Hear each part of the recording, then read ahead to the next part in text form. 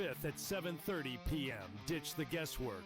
Ben Stevens, Kevin Walsh, James Young, and Tom Vecchio have your NBA draft betting coverage pick by pick, bet by bet, all night long.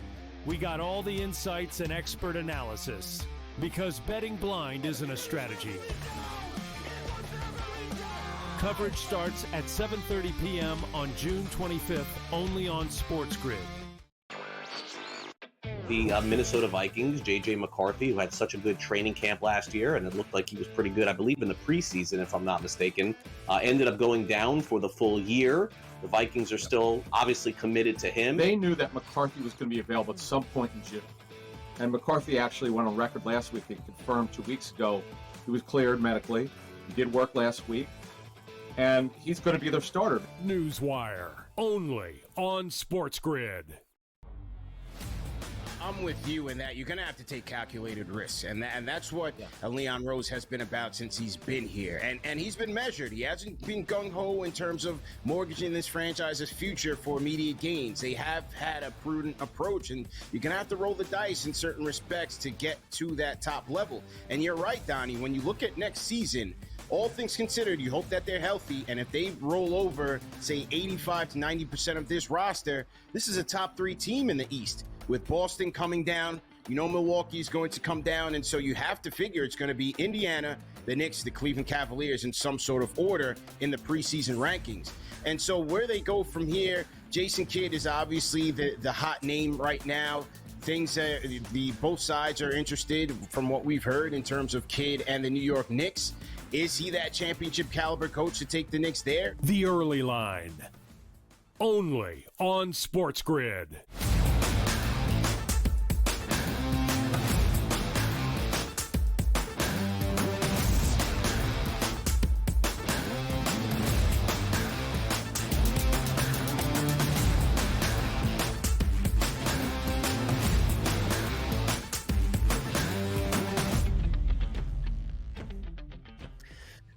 Time to rise and grind with us on the Early Line for a Wednesday hump day edition. And over the next 3 hours, we got you covered on all the hottest topics across the sports landscape, whether it's championships and Stanley Cups or the Larry O'Brien Trophy. If it's Major League Baseball you want, where guys are getting beamed left and right, we got you covered. Is it the WNBA that seemingly doesn't like Caitlin Clark, but a little bit of pushback, the Commissioner's Cup? Everything will be handled today on the Early Line. It's Donnie Rightside, and it's Joe Ranieri. Joe, feeling good last night? Were you celebration mode? What happened last night for you down on South Beach? Not going to lie, I'm kind of shocked I'm actually sitting here right now, Wow. Donnie, but that is what you call a professional after being involved in watching a closeout game 6 for the, once again, Florida Panther champions. The cup remains where it belongs in South Florida.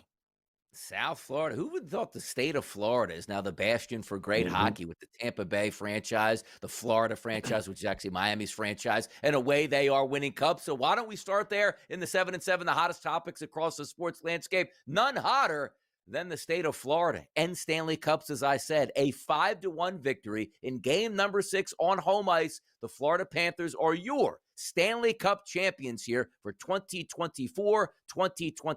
A 5-1 victory which saw 4 goals alone from Sam Reinhart last night. Imagine that for your career. You tell your kids one day, hey, Dad, did you ever win a Stanley Cup? Yeah. What'd you do in the Cup?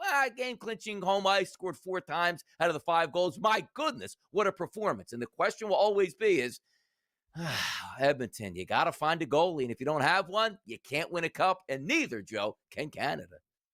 But Connor McDavid, but Leon Draisaitl, had that. Yeah, that worked out well. Congratulations there. Also, thank you all Boston Bruins fans for sticking a fork in Brad Marchand, thinking he couldn't play anymore.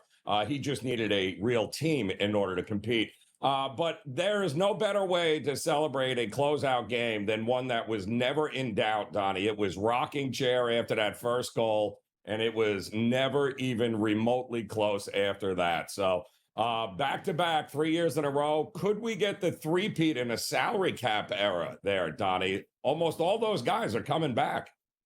Absolutely incredible to watch that play out, and Reinhardt's first goal right there really set the tone. If you are the Oof. away team and you need a victory, your worst case scenario is a great goal by the home squad here to get that team into it. 5 unanswered goals to open that game here, held on for a 5-1 lead. And also remember talking about, Connor McDavid, hey man, minus 500 or higher to record a point last night. Tough scene for Edmonton, tough scene for Canada. The Stanley Cup will reside once again in the United States. Now, other championships on the horizon. Could we get a 6-game victory by OKC? We don't have a game tonight, Joe, but we have a game tomorrow. But the biggest news is Tyrese Halliburton, the injured calf, headed to an MRI. When I hear strained calf MRI, that means Halliburton should not be available for tomorrow night's game. And if he is, he's going to get abused once again on that court, Joe. Yeah, no, listen, I mean, it's a serious injury, unfortunately, and it could not have happened at the worst time for Indiana. But if there's any team deep enough and built enough to be able to withstand losing a guy like Halliburton, who's not the leading scorer, I do think we talked about it yesterday with TJ McConnell being a guy that can step up. And I don't think they'll skip that much of a beat, to be completely honest with you. I think there's a lot of overreaction to this. I hope he plays, but if he doesn't, I still think they're okay.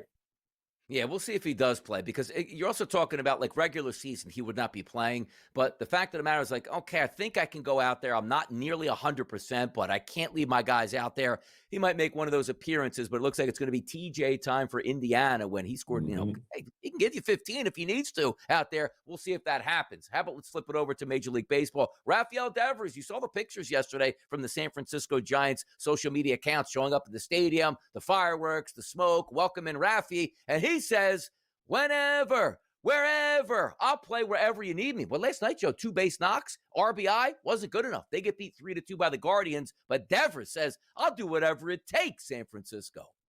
Yeah, I mean, saying all the right things, doing all the right things. Congratulations. I haven't seen him that happy, I don't think, ever. Have you seen that kind of smile, Donnie, on his face there? It just tells you everything you need to know about how bad it got in Boston there. He is putting on, I think he's going to put on quite the show there for the Giants. Should be fun to watch. They need him, but they should have needed him a little bit more last night. Wasn't his fault again. 2 for 5 with an RBI last night. Did his part, just not enough offense on the side for the San Francisco Giants. We'll find out what Rafael Devers does down the line. And if you're talking about not enough offense, what happened to the Bronx Bombers as they were shut out once again at home against a pitcher in Kyle Hendricks, who's terrible? 6 innings pitched, 4 hits, no earned runs, 9 Ks. What was that? Cy Hendricks last night? The New York Yankees with Stanton back to the lineup and another 2 base hits. They don't score again. What? Yeah, I believe now the 4th longest stretch of scoreless innings in franchise history here. So, yeah, not good to say the least here. And now it's affecting everyone else up and down the lineup here. But listen, this team goes as Aaron Judge goes, right? And again, 0 for 4 with 3 strikeouts. Oof. Not great here. So we'll see if they can turn it around. And if you can't turn it around against the Angels, Yankees, not good here. Yep, still checking. I got to go back to the FanDuel Sportsbook this morning, Joe. We still minus 20,000 on the MVP for Aaron Judge, struggling right now over the past couple games. They need to get out of that funk right away. But maybe it's just something in the water in New York, because the New York Mets lost another game yesterday to the struggling Atlanta Braves. But here's the key issue. This game was 4-1. Victory here for the New York Mets in hand heading into the bottom of the 8th inning. 3 runs plated in the bottom of the 8th and a run in the bottom of the 10th gives the Braves a 5-4 victory over the New York Mets. An early home run by Juan Soto as he went 2 for 3 yesterday. Pete Alonso even went 2 for 4, getting close to his average of 300, but a slide, just like the Yankees. The Mets, that's 4 in a row now. Yeah, not good. And plus, we learned what? They lost McGill yesterday on the IL, too. So, news not great coming from. No, certainly news is not great coming there out of New York on either side here, the New York Mets Donnie, and that the is New York my Yankees. question. Hey, look, this is why that's live television, babe. We're getting after it. This is the lines get struggling here when we're talking about the New York Mets and the New York Yankees at this point. It's just what happens. But I got to bet. You want a hotter topic here for you, Joe Ranieri, on a Wednesday? The Commissioner Cup Final is set in the WNBA. I wish somebody let me know that the Commissioner Cup was going on here. But it's set, Joe. How about that? Yeah, well, congratulations there. The WWE, oh, you said WNBA. It's kind of hard to tell these days, but it looks like it's all squared away, including a massive brawl last night. So Yeah. kudos. It's actually, the ratings are probably going to go through the roof, I think, here, Donnie. How about don't bite the hand that feeds you, Joe? You ever heard that before, like WNBA? You have an absolute superstar that's going to send your ratings skyrocketing, which means everybody in every aspect will make more money in that league. You're like, man, let's beat her up enough where maybe she can't play the next couple games. Hey, it's just the WNBA. By the way, Noah Lyles and Tyreek Hill, they were building up a race that they were going to have. But where was the buildup? I had no idea what was going on except for the announcement that the race for a 50-yard dash was canceled. Man, what are we going to do now, Joe? Jeez, nothing to watch. And is he even still a Dolphin? I don't even know. And I live here and I can't tell you if he's still a Dolphin or not. But, sorry, the race didn't happen. For what reason? I have no idea. No, exactly. Like, hey, man, boy, I was really looking forward to that. What an offseason. Hey, Tyreek, how about you just have a good offseason, stay healthy, get back to the Dolphins, win a couple games, make the playoffs, and that could be a winning race for you. But the Stanley Cup race, it's over. The Panthers are champions. We'll talk about that next.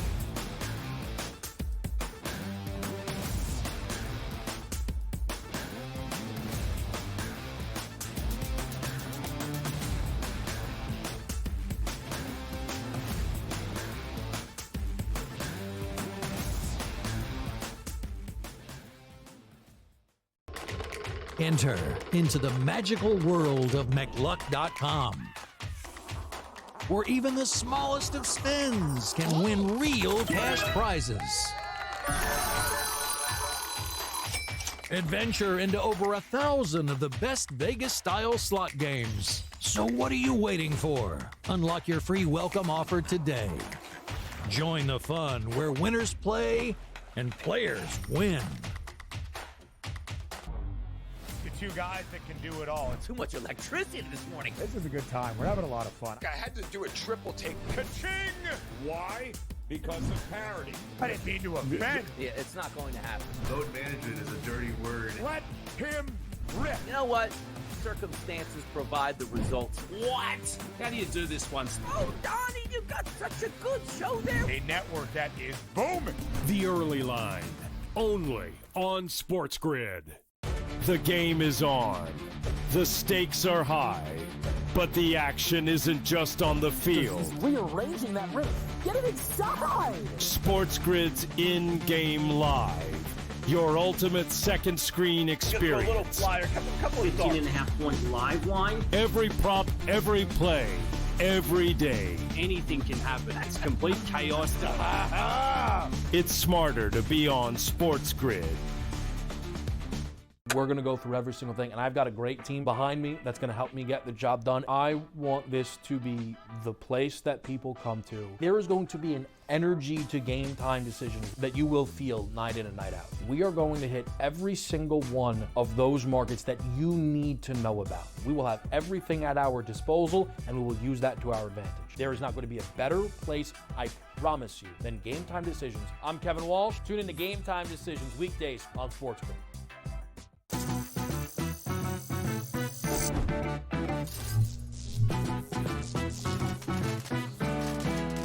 Did you know sportsbooks tend to draw up tighter bet lines for events that get even more bettors, like championship games or major matchups? My tip? Try betting on less popular sports. You might have a better shot at beating those odds. Now, go get lucky.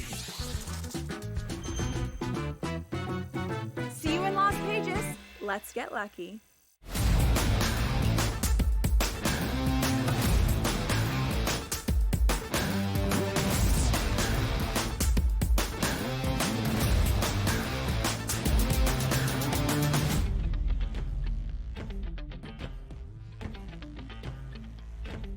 The Stanley Cup champion Florida Panthers, get used to that. They've now made 3 straight Cup Finals, back-to-back Stanley Cup champions.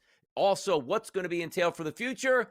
Maybe more Stanley Cups. But the one thing we do know is last night, they were absolutely dominant over the Edmonton Oilers in a 5-1 victory on home ice in game number 6. And it wasn't too long ago, Joe, that we were talking about, boy, look at this. Slight favorite in the series as we open up for the Edmonton Oilers. The Edmonton Oilers in game number 1 won in overtime. Canada back on top, going to get control. First-time Cup winner since 1993, but the Florida Panthers had other plans. An exciting series all the way through. A couple games got away from Edmonton, but it was clear, Joe, the Florida Panthers were the best team in hockey in this playoff run. Wave after wave, great goaltending play, key players stepping up at the right time, like, I don't know, 4 goals in a Stanley Cup final clinching game number 6 for Sam Reinhart last night. It just works. The organization from top to bottom has gotten it right. 3 straight Stanley Cup appearances, 2 straight cups here. South Florida.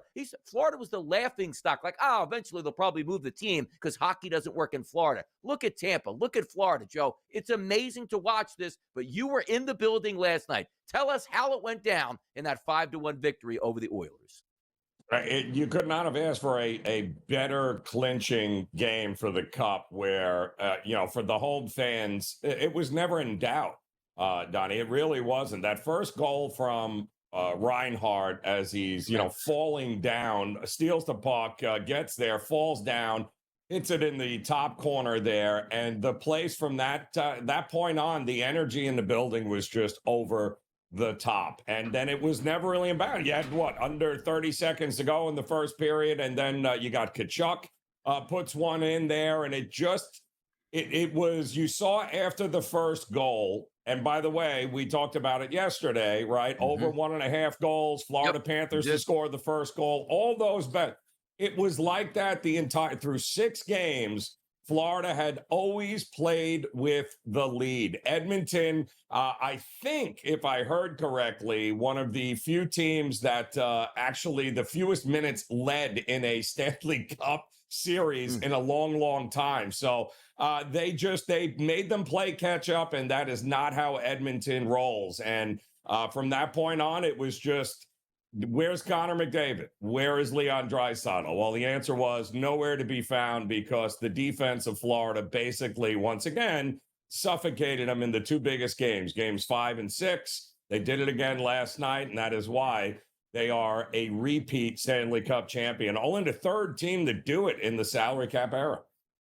Like, didn't everything creep back up here for the Oilers? Because the one thing where I've always rooted for them for the past couple years, because they play such a fun brand of hockey. Like, you saw the Stanley Cup Final, Joe. Every game, 6.5 as a total, not 5.5 with juice to the over, right? It was like, okay, let's see if we can actually get some goal scoring here. And the Panthers provided that all the way through. But it just feels like the Oilers went back to, we just have to outscore everybody. If we can't do that, we have no chance. And heading into game number 5, which I loved the Florida Panthers because you knew you had a goalie in Bobrovsky. You didn't even know who the goalie was going to be for Edmonton. And then they did the same thing in game number 6. Let's keep it under wraps till late in the day on who the starter's actually going to be. You knew that right away was going to be an issue. You can't win a Stanley Cup unless you get competency at goalie. You had it until you got to the Stanley Cup Final, and it completely fell apart in the biggest moments, Joe.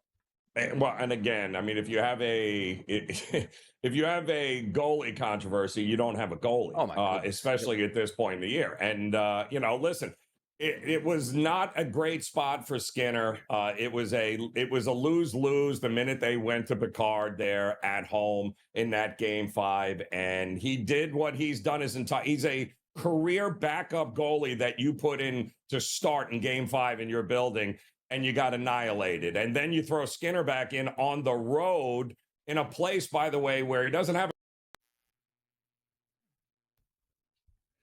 Yeah, always a tough environment there. Like, if you are not, having your P's and Q's there for a goalie, it's all about confidence as well. So many times you watch these hockey games and you just say to yourself, okay, like, we're lining up and the goalie's like, yeah, it's great if you have like 9 or 10 saves in the first 2 periods, you don't do much, but a lot of goalies, Joe, like to get that lather built up, right? Like, shoot the puck at me 15 times in the first period. I'll go 15 for 15, and then I'll wind up going 60 for 60 at this point. You knew it was a bad omen, and what an unbelievable goal to start that game, because it wasn't even a bad goal. You're like, okay, let me get my feels. Just just a tremendous play to score first here, and away the Panthers went, and you could never get that back. 2-0 at the end of the first period. You knew the party atmosphere was just setting up after the first period alone. It was, and the energy never stopped. From that point in the building, it never stopped. And again, where was Connor McDavid and Leon Draisaitl? They were nowhere to be found. And a very top-heavy team versus a very, depth matters in the playoffs. We talk about it in the NBA all the time. Guess what? It matters in the NHL too. When you can put 3 or 4 lines out there that guys are getting 20 goals in the playoffs on each line. It's the depth is what got Edmonton. Outside of Draisaitl and McDavid, who stepped up for Edmonton in this series? That's why they're not champions. Nobody stepped up, but who really stepped up for the Florida Panthers? There's Sam Bennett, Conn Smythe Trophy winner, Joe. 15 goals, 22 points in 23 games, which included 5 goals and 6 points in the Stanley Cup Final. He wins the Conn Smythe Trophy, and away you go there in Florida, man. Legends are being made right now, Joe. And deserves all bit of it. I think he set a record for most of those goals were all on the road. I mean, to go on the road, which is why the Panthers were 10-3 on the road in the postseason. It was all him. The guy was just absolutely unbelievable, well deserved. And I know there were a few folks here at this network that might have taken a stab at him as a Conn Smythe winner at a big number. You take a look at those big numbers, Joe. You're right. Playoff odds, 170-1 before the Stanley Cup Final here, 26-1. Those are incredible prices because you just take McDavid, you take Draisaitl, you take another superstar. The fact that if you had a ticket there, that's a little bit of money, Joe, with a massive return if you got the 170. Huge return there. Not to mention that, the Panthers after game 1 were plus money in the series. Overall scene, that's big money you could have had there on Mr. Sam Bennett. Also, big money invested on the other side in Connor McDavid. The questions are coming up. Can he get it done on the biggest stage? We'll talk Connor McDavid next, right here on the early line.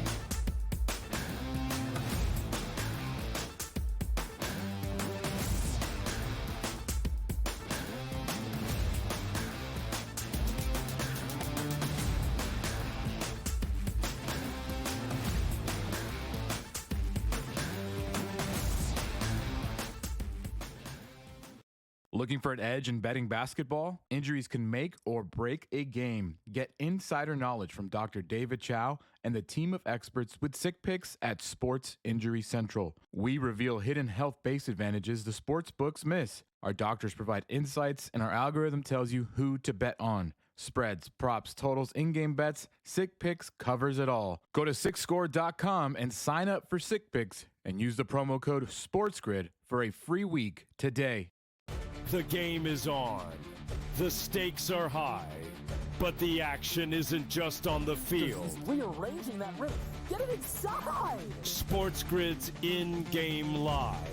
Your ultimate second screen experience. A little flyer, couple of 15.5-point live line. Every prop, every play, every day. Anything can happen. That's complete chaos. It's smarter to be on SportsGrid. The 2 guys that can do it all. Too much electricity this morning. This is a good time. We're having a lot of fun. I had to do a triple take. Ka-ching! Why? Because of parity. I didn't mean to offend. Yeah, it's not going to happen. Load management is a dirty word. Let him rip. You know what? Circumstances provide the results. What? How do you do this once? Oh, Donnie, you got such a good show there. A network that is booming. The early line, only on SportsGrid.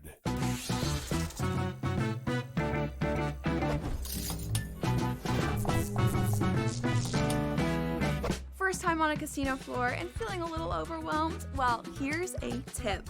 Lots of machines have a free demo mode you can try for practice. So give those slots a spin in practice mode before you start putting down some real cash. Now, go get lucky. See you in Las Vegas.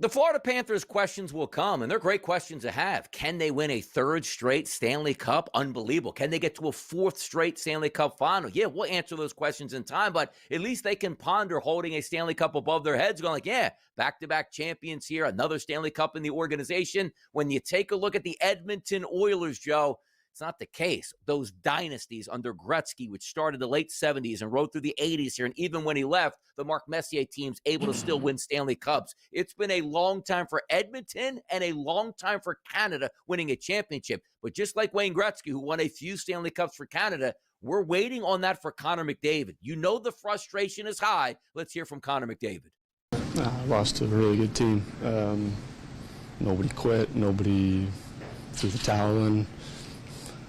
They're a heck of a team. You know, the Stanley Cup champions back-to-back for a reason. What's the difference in the series? I mean, obviously their forecheck was great. They tilted the rink. They were able to kind of stay on top of us all over the place. Never really able to generate any momentum up the ice. You know, we kept trying the same thing over and over again, just banging our heads against the wall. So, credit to them. They played well. Joe, superstars get high, get basically the visualization of you're supposed to rise in the biggest moments and carry your team. Now, understandably for us, we thought Florida entering into the series was the better team over Edmonton, but there's no excuses now. You got to the Cup final last year, you lost in 7. You got to the Cup final this year and lost in 6. That's back-to-back years. If you are supposedly the face of the NHL, the best player they have to offer, it's hard to offer up excuses. He's not doing that, but sooner than later, you start to say, can he actually be able to eventually get this done? Listen, it's certainly not his fault. I mean, outside of this last series, the guy, him and Draisaitl have carried this team. I don't think the Hyman injury was talked enough or how big a impact that might have had on this team heading into the finals. He was a huge part of that big three there. But I think it ultimately comes down to with how you build a roster. And Evander Kane ain't going to get it done. Sorry. You need depth in order to be able to make a run at this. And they just didn't they were very top heavy with this, the way they built this roster.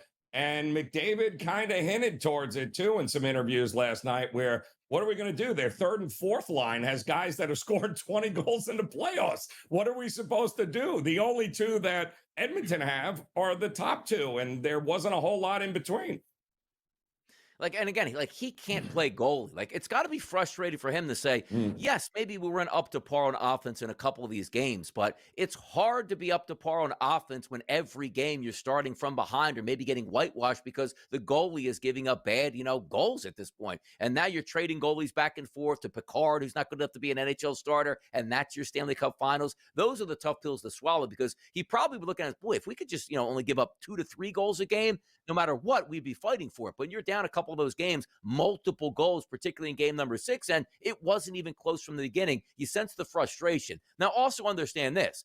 Connor McDavid is the face of Canada. He plays in Canada for Edmonton. He is a Canadian. He's the best player in the NHL, and he wanted to be the one that delivered that cup, and it looked like they were on the right path, Joe, after game number 1. It just didn't work. So for me, you look at Edmonton and say, it's not a failure to go to back-to-back Stanley Cups, but it feels like a failure because of all the momentum riding with the best player in the world, and you got game number 1 this year, when last year you lost the first 3 games. Things were supposed to change for Canada, and they just didn't. It's got to be heartbreaking for McDavid and that franchise thinking they were actually going to deliver that Stanley Cup for the first time since 1993 to Canada and certainly to Edmonton. Not the first time we've seen this either, Donnie, right? Yeah. I mean, people forget Michael Jordan just didn't jump into the league and all of a sudden was an NBA champ. He couldn't beat the Detroit Pistons the first 6 years of his time in the league. So, there are some teams that are built to negate guys like Connor McDavid and Leon Draisaitl. And the Panthers, the way they are built with their depth and goaltending, make guys like Connor McDavid very difficult. Now, the guy had an amazing season. He's had an amazing career. The one thing he's missing, and we can go down the list, Donnie, Dan Marino, go down the list of all the greatest players in every sport that don't have that championship. And unfortunately, McDavid is in that, he's in that list right now. Maybe he's got to leave Edmonton, and it's just like LeBron James. Like, same thing with Jordan and LeBron. Look, I need a championship. I got to be surrounded with better talent. LeBron James left. We're not saying Edmonton would ever get rid of Connor McDavid, but Edmonton got rid of Wayne Gretzky in his prime. So there's something of a back record track that you can certainly look at. But it's time for some Major League Baseball. Rafael Devers makes his debut in San Francisco. Let's talk about it next.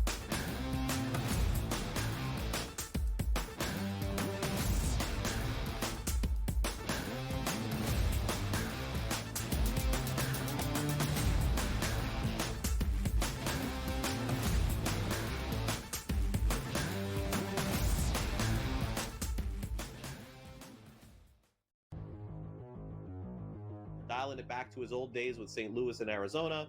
Buy or sell, Goldie will finish top 7 in fantasy first baseman. No, I'm going to say no.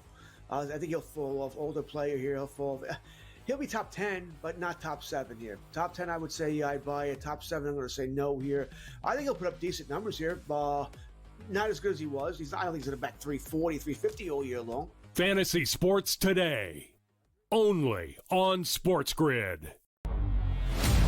I'm with you in that you're going to have to take calculated risks. And that's what Leon Rose has been about since he's been here. And he's been measured. He hasn't been gung-ho in terms of mortgaging this franchise's future for immediate gains. They have had a prudent approach, and you're going to have to roll the dice in certain respects to get to that top level. And you're right, Donnie, when you look at next season, all things considered, you hope that they're healthy. And if they roll over, say you have to figure it's going to be Indiana, the Knicks, the Cleveland Cavaliers in some sort of order in the preseason rankings.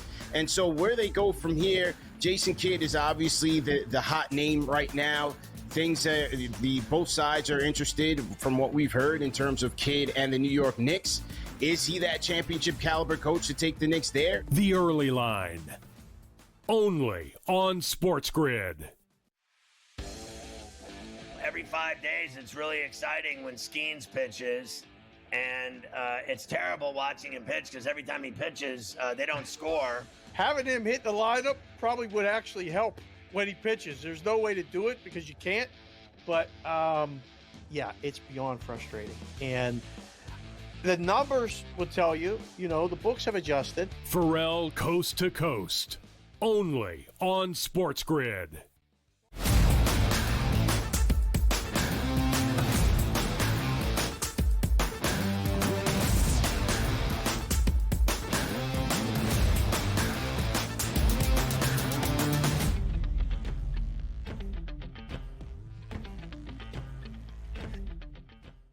Ah, yes, good times. These are the good times. Well, at least it was yesterday when Rafael Devers showed up. Oh, new place. I'm actually wanted in San Francisco. I'm making a couple $100 million. I don't want to play third base. I don't want to play first base. I don't want to be in the outfield. I don't want to be a DH. But once Rafael Devers shows up in San Francisco, guys, I'll play wherever you want me to play at. Well, yesterday, they played the side of the loser because they lost 3-2 to the Cleveland Guardians. But Rafael Devers in the lineup, 2 for 5 with an RBI double yesterday. Things looking good at the plate for him. They just didn't win that game. But let's talk about Devers' debut in San Francisco and the expectations. We talked when the trade went down. What? Are you kidding me? How did this come out of nowhere on a Sunday night? We had Craig Misher on yesterday to explain how those circumstances can actually happen. But now we see Devers in San Francisco. Love the move. Buster Posey changing the landscape where now players might want to come to San Francisco and take their money. Rafael Devers in San Francisco, willing to do, Joe, whatever it takes.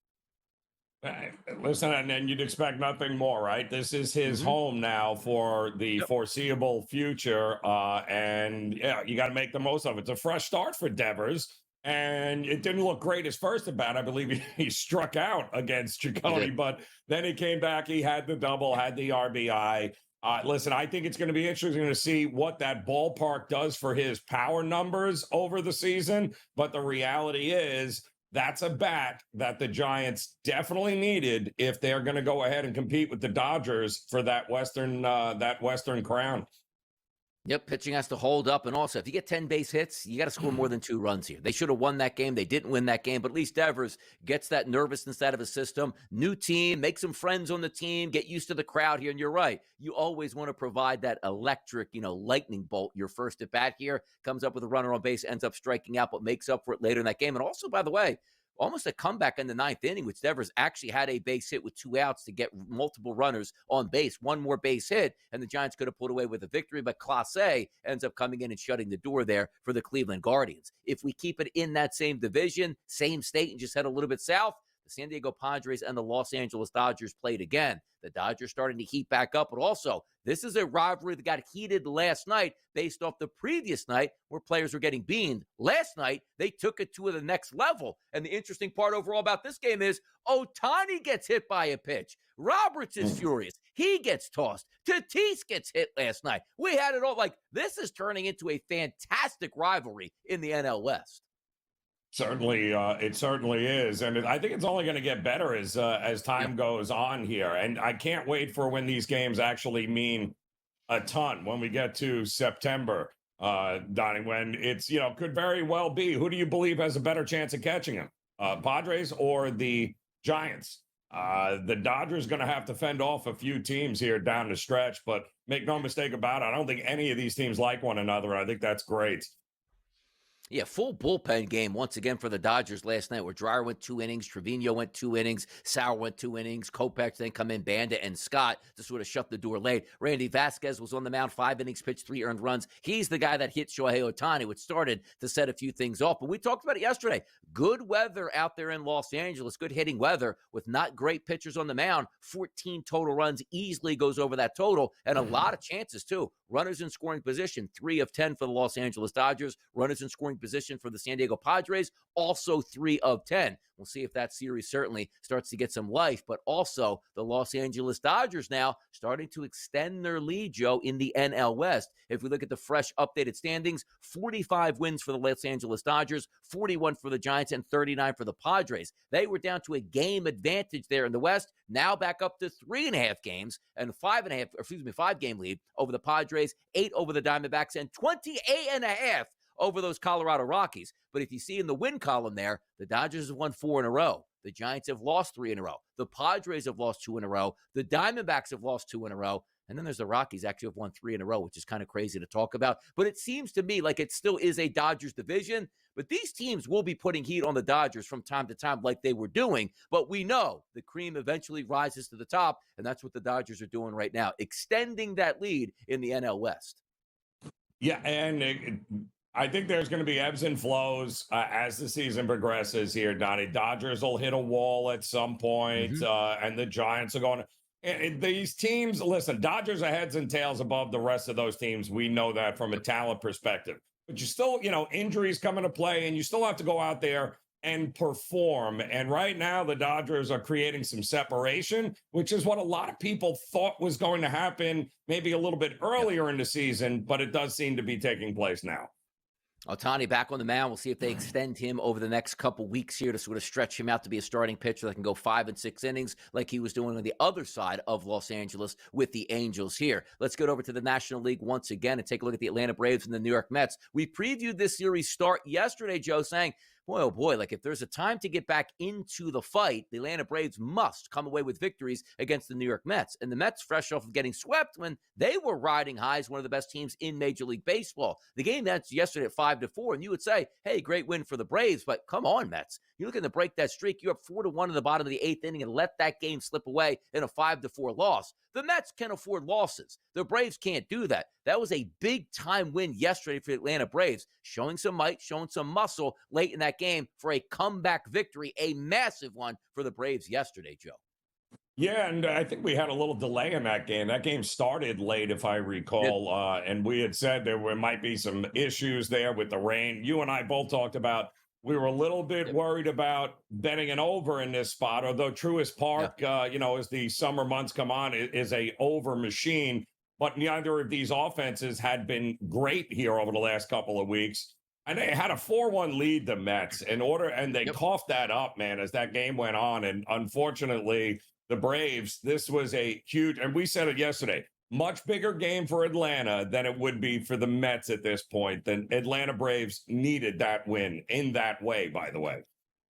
Yeah, not a lot of opportunities either. Runners in scoring position, 1 of 6 for the New York Mets. But still, as we talked about, they had that 4-1 lead in this game before dropping that in 10 innings. You take a look at the Atlanta Braves. They were 3 of 11 with runners in scoring position. Schwellenbach came in as one of the better pitchers on the card yesterday. He goes 7 innings and 4 earned runs, but you touched him up early for the Mets. Thought you might be able to chase him. He holds on, throws 97 pitches in that game. Peterson on the other side gave you pretty good performance on the road. 7 innings pitched and 3 earned runs overall, lowering his ERA to 2.60 on the season. We'll see if it bounces back, because when you take a look at the NL standings, for me, Joe, it's like, all right, let's see what the Mets do. The Phillies lost yesterday, which we'll talk about them in a few moments here, but the Braves' victory, like, yeah, it's a win, but they're still 12 games back of the New York Mets in first place. But as they say, you can't make up that distance by winning 1 game or 1 inning at this point. It's going to take a long time, but it's good for them to start with a victory to sort of get back on the right side. But the question is now, what are the Mets doing, Joe? 4 straight losses. They can't turn this into 5 or 6. And by the way, Chris Sale's going to be on the mound today for the Atlanta Braves. Could this turn into 5 in a row? And oh no, Mets. Yeah, well, listen, they were shaky as a road team to begin with this year. They were much better at home. And, you know, the road-weary Mets continue to lose games in epic fashion. So at some point, they're going to have to correct that. You can't just be a home winning team. You have to be able to win big games on the road. And they just haven't done that, Donnie, at all. How about we talk about streaks, too? It's like, oh, no, the Mets have lost 4 games in a row. It could be 5. How about those Washington Nationals? Like, it does, like, they're playing bad baseball teams and still getting smoked left and right. I had a team total with them yesterday, which, again, they provided those results I needed in the 9th inning. But what are the Nationals doing, getting smoked on a day-to-day basis here? Lost 10 games in a row, 30 and 43. I like that lineup. I guess I don't like that pitching staff. Goodness. Yeah, what was that total last night? 7. What did we have for that total in that game? And we laughed at it a little bit, given what we know about the Nats bats. But my goodness, 16 runs. Woo! They are in trouble. The Nats. Absolute smoke show. Yes, the Nats are in trouble. And also, we talk about the New York Mets. Can they rebound? We're going to talk about the other side of New York City, which is the Boogie Down Bronx, and a team that was knocking the cover off the baseball. Now can't find the baseball here. What's up with the Yankees? We'll talk about that next, right here on the Early Line.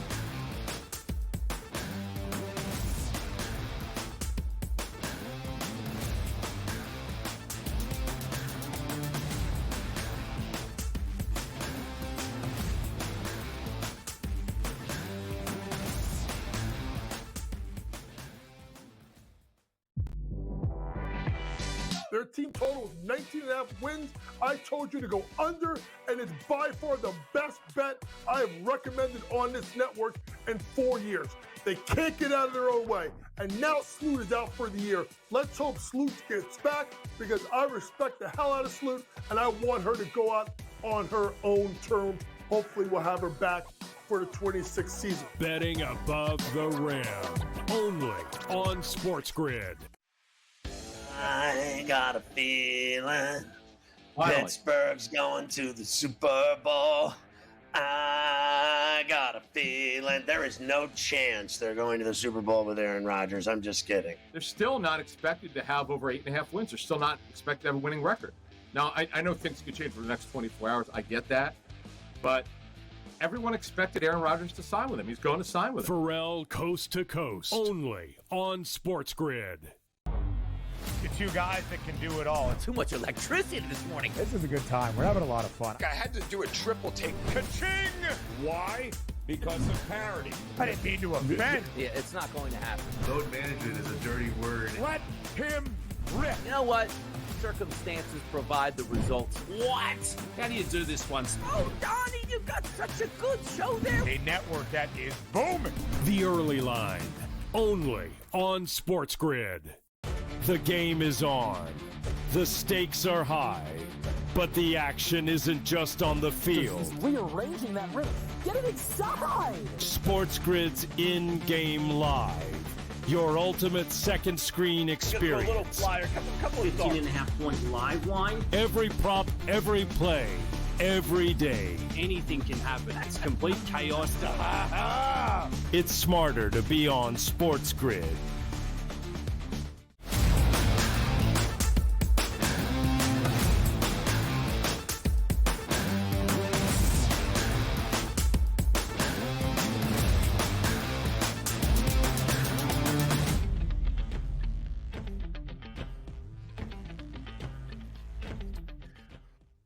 Get a refund. The Bronx Bombers out here cruising during the regular season, easily going to win the AL East. My goodness, this offense is only going to get better when Giancarlo Stanton comes back. And Giancarlo Stanton did come back, and he's got multiple hits, but that's not serving up any runs for those New York Yankees. Joe, we talked about it yesterday. Let's rehash. Last game against the Royals that they won, 1-0. Then they lost to the Red Sox 2-1. Then they lost to the Red Sox 4-3. That was an explosion of 3 runs. Then they got shut out by the Red Sox. Then they got shut out by the Angels.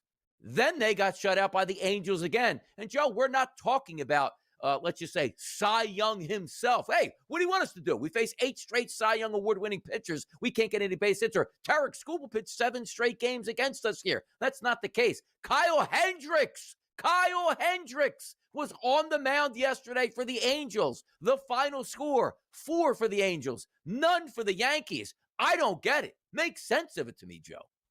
Well, yeah, not to mention the bullpen of the Angels came in and went, just about 3 perfect innings last night, and they didn't give up a hit and only 1 walk. But, listen, it's no shock that Aaron Judge is what makes this team go, right? You go 0 for 4 with 3 strikeouts, and I believe, over his last 5 games, he's now 2 for his last 19, 1 home run, 2 walks, and 12 strikeouts. Yeah, interesting thing about hitting, Donnie, in baseball is it is contagious. When you hit, everybody hits. When you don't hit, nobody hits. Exactly. And Aaron Judge, he's always the guy that's hitting. He even said the other day, you know what? Maybe I'm pressing a little bit because you start to get that Barry Bonds treatment where, heading into the game, they don't want to pitch to me, but you still want to hit home runs. You want to drive batters in. You want to get base knocks out there. So you swing at balls that are out of the strike zone. Well, yesterday, 0 for 4, another 3 strikeouts. And even though he is struggling, he's still hitting 372. But all those odds that we were talking about, the fun markets here with Aaron Judge and the FanDuel Sportsbook, will he hit 400? Will he hit 406? Is he going to hit 380? You are going to go through those ebbs and flows. He was so hot to start the season that you can afford a couple down weeks here and still have a crazy batting average, let's just say, at 360 or above. But something has to change. And the interesting part, too, is, Joe, we talked to Stanton coming back. He might struggle for a little bit. He's been really good in that lineup. He should be a boost here. This was a lineup that was crushing the baseball. Also understand this.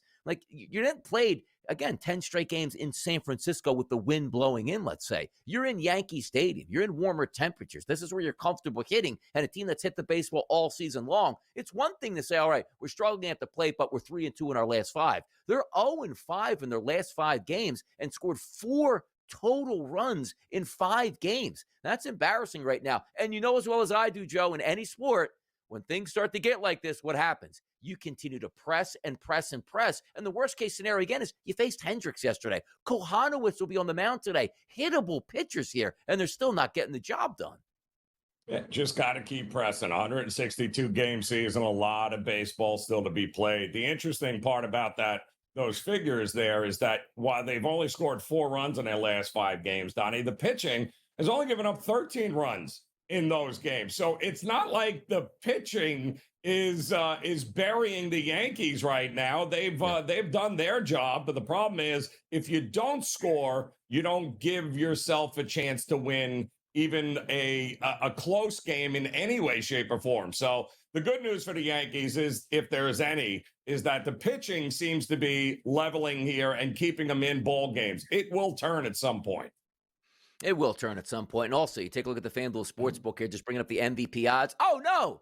Judge is striking out every plate appearance. Last week, he was minus 20,000. Today, this morning, Joe, he's still minus 20,000 here with the big dumper Cal Raleigh behind him at a 40-1 price. So no panic in the streets from the FanDuel Sportsbook on Aaron Judge winning an MVP. And certainly, it's a long season. Like in NFL, if you lose 6 straight games, hey, man, you're not making the playoffs, your team stinks. You lose, let's just say, 5 or 6 games in a Major League Baseball season, you say, it happens. It's the ebbs and flows of a long season. But if we do take a look at the FanDuel Sportsbook on winning the pennant in the AL, yeah, it's still the Yankees at a plus 210 price here as the favorites, followed by the Tigers, the Astros, the Rays, and the Mariners. We understand, Joe, how long this season is.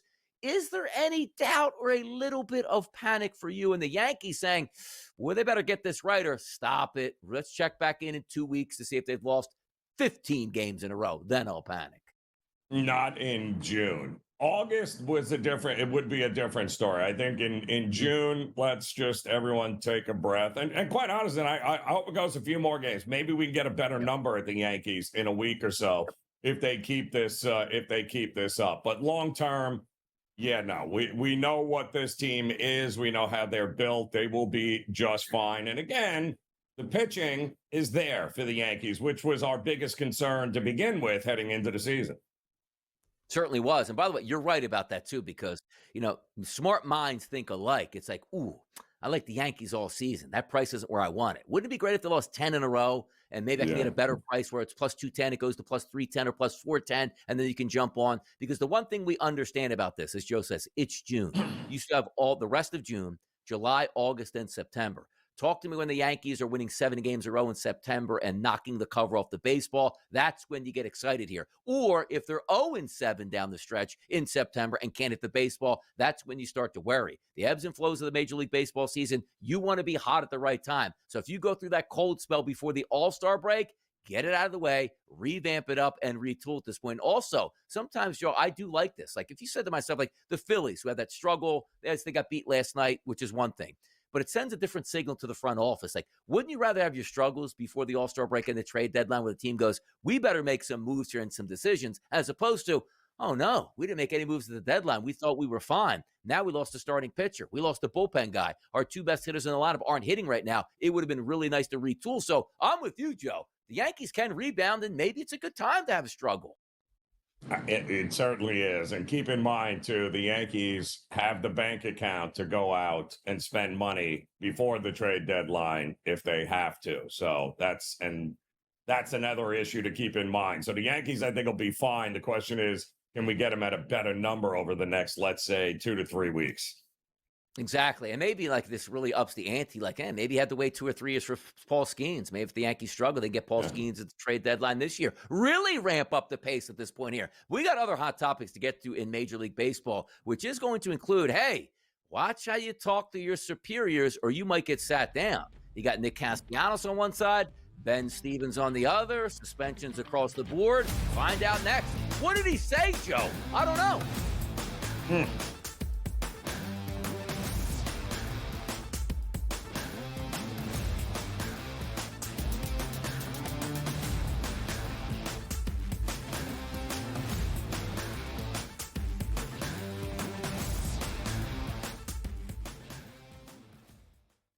On June 25th at 7:30 p.m., ditch the guesswork. Ben Stevens, Kevin Walsh, James Young, and Tom Vecchio have your NBA draft betting coverage pick by pick, bet by bet, all night long. We got all the insights and expert analysis because betting blind isn't a strategy. Coverage starts at 7:30 p.m. on June 25th, only on SportsGrid. The Minnesota Vikings, J.J. McCarthy, who had such a good training camp last year, and it looked like he was pretty good, I believe, in the preseason, if I'm not mistaken, ended up going down for the full year. The Vikings are still obviously committed to him. They knew that McCarthy was going to be available at some point in June. And McCarthy actually went on record last week and confirmed 2 weeks ago he was cleared medically. He did work last week. And he's going to be their starter. Newswire, only on SportsGrid. I'm with you in that you're going to have to take calculated risks. And that's what Leon Rose has been about since he's been here. And he's been measured. He hasn't been gung-ho in terms of mortgaging this franchise's future for immediate gains. They have had a prudent approach, and you're going to have to roll the dice in certain respects to get to that top level. And you're right, Donnie, when you look at next season, all things considered, you hope that they're healthy, and if they roll over, say, 85 to 90% of this roster, this is a top 3 team in the East. With Boston coming down, Milwaukee's going to come down, and so you have to figure it's going to be Indiana, the Knicks, the Cleveland Cavaliers in some sort of order in the preseason rankings. And so where they go from here, Jason Kidd is obviously the hot name right now. Both sides are interested from what we've heard in terms of Kidd and the New York Knicks. Is he that championship caliber coach to take the Knicks there? The Early Line, only on SportsGrid.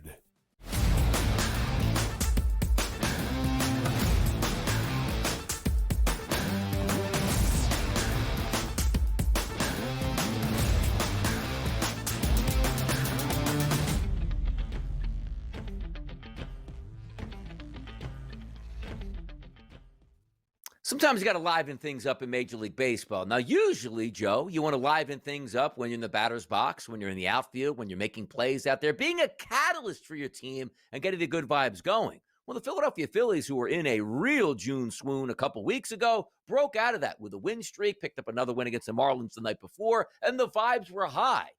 But after the game last night, some words were exchanged, or 2 nights ago, I should say, between Nick Castellanos and manager Rob Thompson, which then led to the very next day, the starting lineups come out, and Nick Castellanos isn't in the starting lineup. And you might think like, yeah, well, baseball players get days off all the time. Nick Castellanos had an Iron Man streak that was going. But due to the words that he said to his manager, the manager's like, all right, cross the line. You are not playing tomorrow or today in this baseball game. Nick Castellanos sat out last night. The Phillies lost that game. Castellanos goes, well, I said some things, and he's the manager. It's his decision. Castellanos is a little bit of an oddball character when you see him in post-game interviews and the media asks him the question like, hey, what type of pitch did you see and you hit it hard? He's like, why would you ask me that question? Like, I'm a baseball player. That's the type of guy he is. I wonder if he took this in stride or now he's angry, and maybe that's a fracture in the locker room. How about that? What were your thoughts on Castellanos getting the bench yesterday? You can't talk back to your superiors, Joe. You can't do it. I just want to know what was said, really, more than anything else. I'm just curious. But, for him to – it's one thing if you want to pull him out for a defensive substitution, which I think is what he did in that game, and that's what started this craziness here. He had something to say about that. But, my goodness, I mean, a guy that almost never misses games, your punishment is to make sure he misses a game and you get smoked. All right, win, I lose, Donnie. I don't know. What are Phillies fans? I can't imagine them being ecstatic with that move last night. No, well, the good thing about Philly Sports Talk Radio is like they can't talk anything nationally, so they were going the statements in Philadelphia were who's your top 10 like professional athletes in Philadelphia. So at least it gave them something to talk about yesterday with Castellanos bust in, and now he's got to be traded. He hates it here, and away you go at this point. So we'll find out. But Joe, look, we're a family friendly show, but we're all on Sirius XM. There's some options here on what Castellanos said, so I'll let you take the mic. Give me a couple lines exactly, not bleeped out, of what you think Castellanos said. The floor is yours. I think it was just something as simple as I don't agree with this, and Thompson took it the wrong way, and next thing you know, I'm sitting out. My Iron Man streak is broke, and I don't know where I went wrong. So I think it was something, just a misunderstanding, so to speak. There, Donnie. I just don't think they understood it. Yeah. Exactly. Back on there. Maybe, you know what? If we dig deeper into this, Joe, could have just been like Castellanos had 2, blue line tickets yesterday, 3 rows up from the ice, and was like, I got to get to that game tomorrow. And Tom's like, you're going to play tomorrow night. Words exchanged. He wanted to go see the Stanley Cup final, and maybe it was just something like that. Something simple. Yeah, something simple like, listen, I don't appreciate this and taking me out of the game, and maybe I might have thought of maybe it looks funny in his uniform and he said something about it. You never know, Donnie. Very sensitive people in a baseball dugout. You know that. And by the way, maybe you can blame it on being in Miami because, man, if I had at least 10,000 people here, manager probably wouldn't have heard me cursing him out here. But now nobody's in this place. Everybody can hear everything. Got to shut the man down for a game, and that's what happened. But not wouldn't get shut down yesterday for the Blue Jays. How about Vladimir Guerrero Jr.? 3 RBIs and a bomb in a comeback victory where the Jays walk off the D-backs 5-4. Excitement. Yeah, well, we know Toronto was a good opportunity with Bassett on the mound at home to be able to get the bats going again. They've struggled a little bit here, but good win for them over Arizona. How about the big dumper yesterday? If you don't know who he is, that's Cal Raleigh. 6 RBI, which included a grand slam home run and a blowout. Love to see the Mariners get an 8 spot, 8-0 over the Boston Red Sox yesterday. Big dumper style. Yeah, well, it's good to see the bats finally coming through for Seattle because how they lost the game prior to that 2-0, I'm still scratching my head against Giolito. But good win for Seattle, back on track. You want to you scratch your head here. Who's one of the hottest teams in baseball, at least at the plate as well? It's the Colorado Rockies. 7 bombs on the road as they smash the Nationals. But everybody now smashes the Nationals. Well, it's kind of. This kind of wild. I mean, Joe's speechless at this point with Colorado dropping 10 runs. But if you're capable of in a game. They should be able to do this a little more often here, Donnie, and put some wins together, shouldn't they? I love it, man. Look, I needed a couple more runs out of Washington. The fact that they were getting smoked helped me out. Hour number 1 is down. Hour number 2 is next. The fun is just beginning, baby. Come on back after the break.